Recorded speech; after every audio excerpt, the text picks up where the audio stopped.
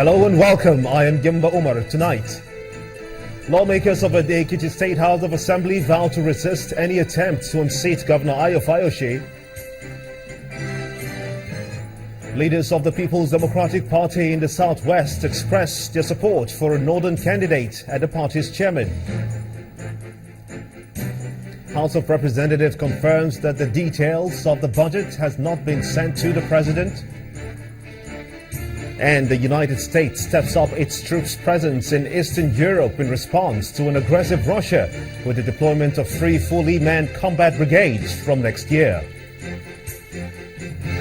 And on business news tonight, former presidents of the Nigerian Stock Exchange support ongoing plans to demutualize the local bourse.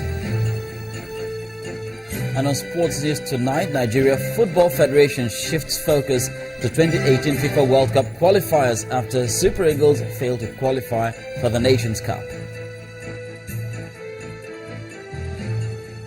I'm Yemisi Fire, and from Abuja, Nigerian Air Force signs Memorandum of Understanding with Indigenous Automobile Company, Innocent Vehicle Manufacturing, IVM.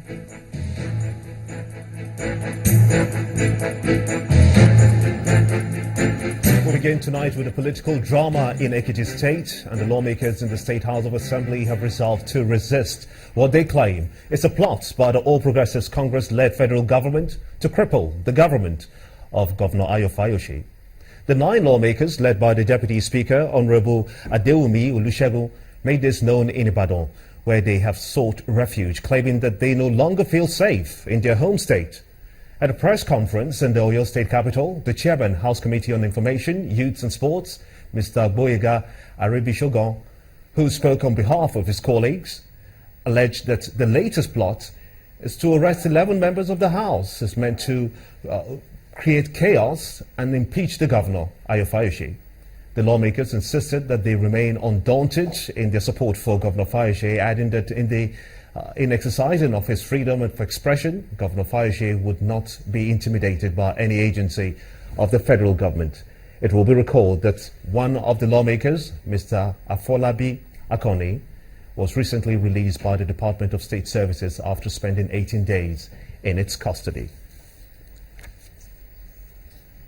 And staying in the Southwest, the People's Democratic Party, the PDP, appear not to be relenting on its quest to return to power at the center. To this end, the party in the region has declared its support for a northern candidate for the presidency in 2019, asking other regions to follow suit, as only that can guarantee cohesion for the PDP. The National Vice Chairman, Southwest, Mr. Makonjuola Ogundipe, in his remarks at the meeting of the party's leaders and supporters, also in Ibadan, the Oyo State capital, said the Southwest is aligning with the position of the majority of the Northern elders that the PDP is losing its national appeal.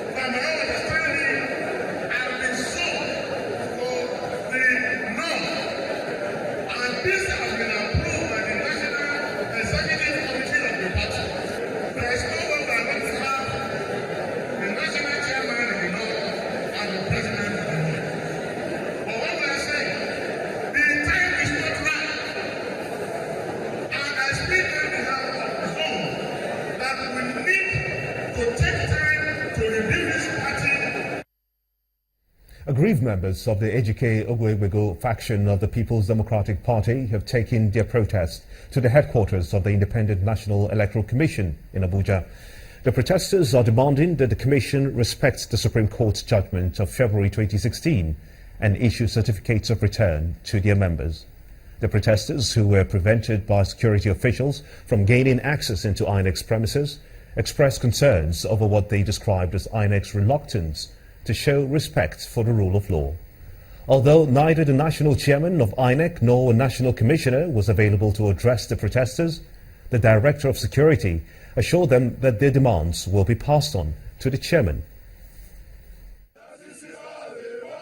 Protesting faction of the Anambra State PDP at the headquarters of INEC to demand for certificates of return to their members. INEC, we are tired of inconclusive results. Yes. Give us our certificate of return. Yes. The protesters, who were prevented by security officials from gaining access into the premises, carried placard asking INEC to obey a court judgment they claim was delivered in their favor.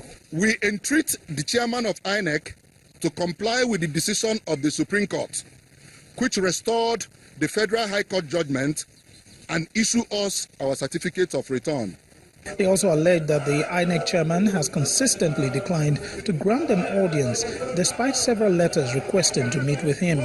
We have written several letters, and we have copies to the chairman. He has consistently promised that he will give us our certificates, but he has never done that. But the INEC Director of Security, who addressed the protesters, assured them that the chairman will respond to their requests. We are all here in the commission because of you. If there's anything that has gone wrong and you have come with a protest, it will be resolved. Now that you have submitted a formal protest to be presented. Meanwhile, a serving lawmaker from Anambra State says the Supreme Court judgment relied upon by the protesters did not direct INEC to issue the protesters any certificate of return. INEC themselves went for clarification to the Supreme Court, and in that matter, the panel that sat over the matter clearly, by the lead judgment from Justice Okoro, spelled out without missing words what the ruling was all about. And INEC have gone back.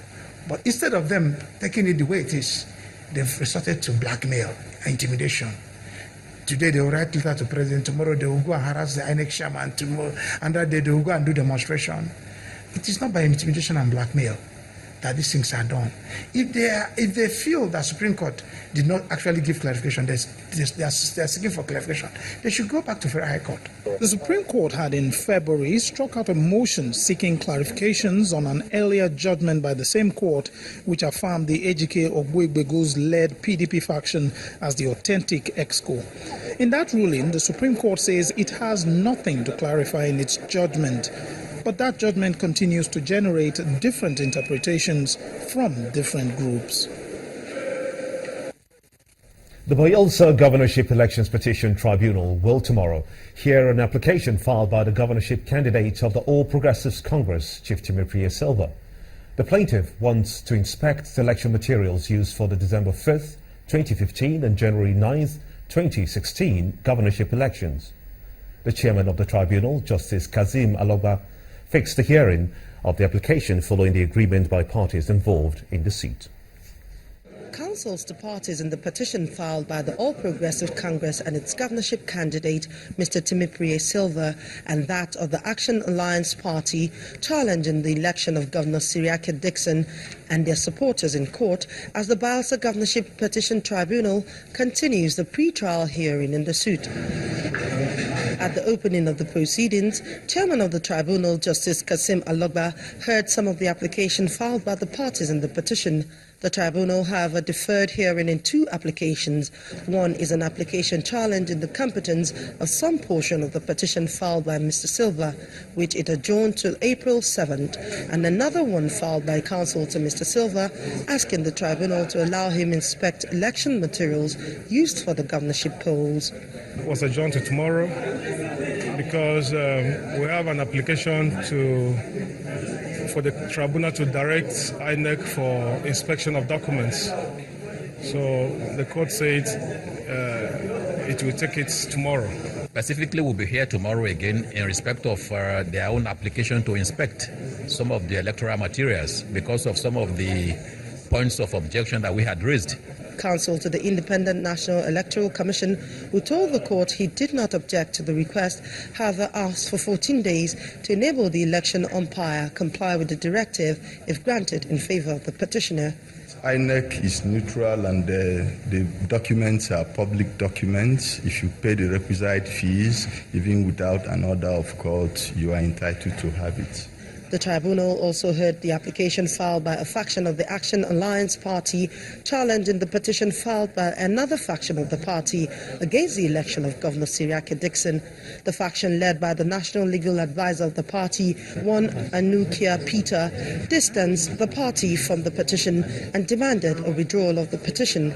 However, another faction of the party which filed the said petition, led by the national chairman of the party, one Reverend Johnson Ayoze, insisted that the other faction lacked locus to seek for the withdrawal of a petition they did not file. Having listened to both parties, the Bayelsa State Governorship Election Tribunal will on the 7th of April decide if the Action Alliance petition has merit or not. Amaka Okafo, Channels Television News.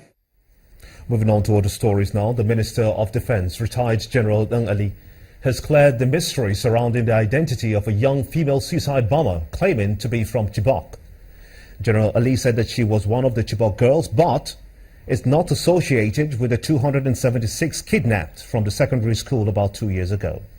He said that the Nigerian military has been trying to find the girls, but it appears they have been dispersed to different locations by the Boko Haram militants. But he says that the military has made enormous gains against the group and should be able to clear the terrorists out of Zambisa forest within 2 to 3 months. General Ali also commended regional and international efforts through specialized training and intelligence sharing, which has helped to greatly reduce the group's activities to guerrilla warfare. And in part 2, after the break, the wife of the president donates relief materials to internally displaced persons in Agatu community of Benue State.